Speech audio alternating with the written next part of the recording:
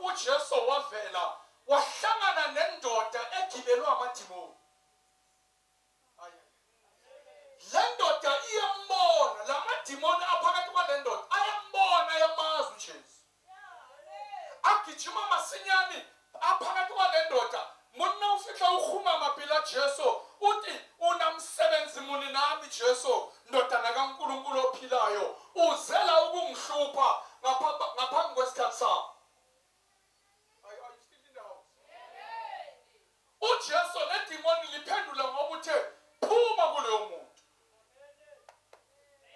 Phuma kuleyo muntu.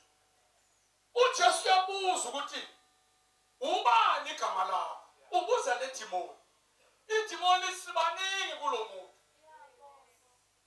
Ngabona bahamba nje emhlabeni.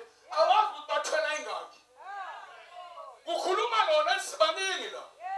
Kulo muntu silichi. Ilichi lokuthi sibaningi la.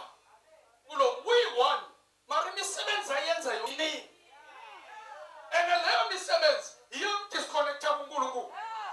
Leyo misebenzi uzosibona ngemisebenzi kulo muntu ukuthi sibobani. Impilo yalo muntu bekangaphili nabantu. iBhayibheli bekaphile emathuneni. Ezihwaya ngamatshe. Ezilimaza. Yena engaboni ukuthi uyazilimaza. Bangaka abantu abazilimaza without them seeing ukuthi bayazilimaza. Bangaka abantu abenza izinto ezilimaza impilo namafamily wabo. Bangaboni bona ukuthi bayalimala kulezi. Bacabanga ukuthi life iso. Kanti balimala bangaka amakhaya within what villa limele. Nabantu abangaboni ukuthi badrive yini ukuthi benzele. Talk to me bazalwane. Athi la madimoni sibaningi. Sibomanga, sibomona. Sibaningi la kulo muntu. Siyachucha, siyahleba, sibaningi la kulo muntu. Ungabangani umuntu namhlanje unamanga.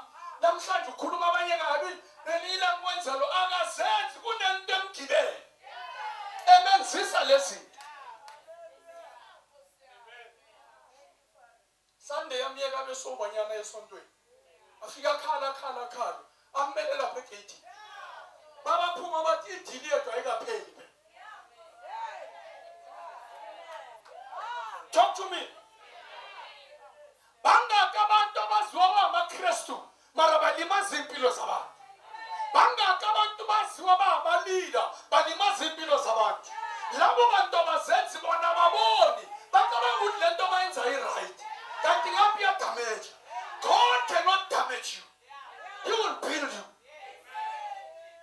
Izonke lezinto esi-involved kuzo zilimaza impilo zabantu. Checka ukuthi senziswa ubani. If yonke into yenza iconfuse abantu, icheck ukuthi ubani ongenza ukuthi ngenzele. Ngoba abantu ababona. Bona bacabanga ukuthi life. Ngoba bathole kwenziwa so. Nabo bajoin the religion. Benza izinto ezilimaza isociety. Ngabhala mina kuFacebook. Ngathi lento xenophobic. Xenophobia ukuthi abantu babulawa. Bhekani the spirit behind. Ningabheki labantu.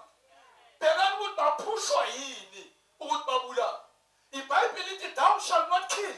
And if babulala ubani umbulali? iBhayibheli lithi the enemy, the devil cometh not but to kill, destroy. Niyangizwa?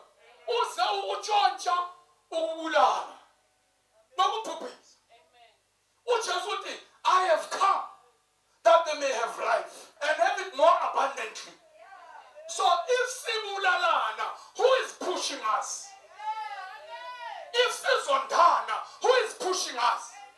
If singama-family, singakhulumisani, yiliphi idimoni ehlezi kule family eliseparate ama-family?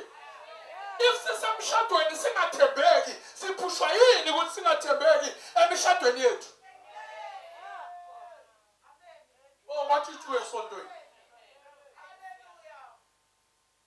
Yini enza ukuthi amakhaya ahlangahlangana? Bekuyiplani kaNkulunkulu ngamakhaya. Wayengenza ama-family ibe ozodestroy. Kwenzakalani ema-familyini in our community? bavukela abazali babulala abazali just for imali kadanki. Amaphi namadimoni asebenzisa labantwana ukuthi benze lento?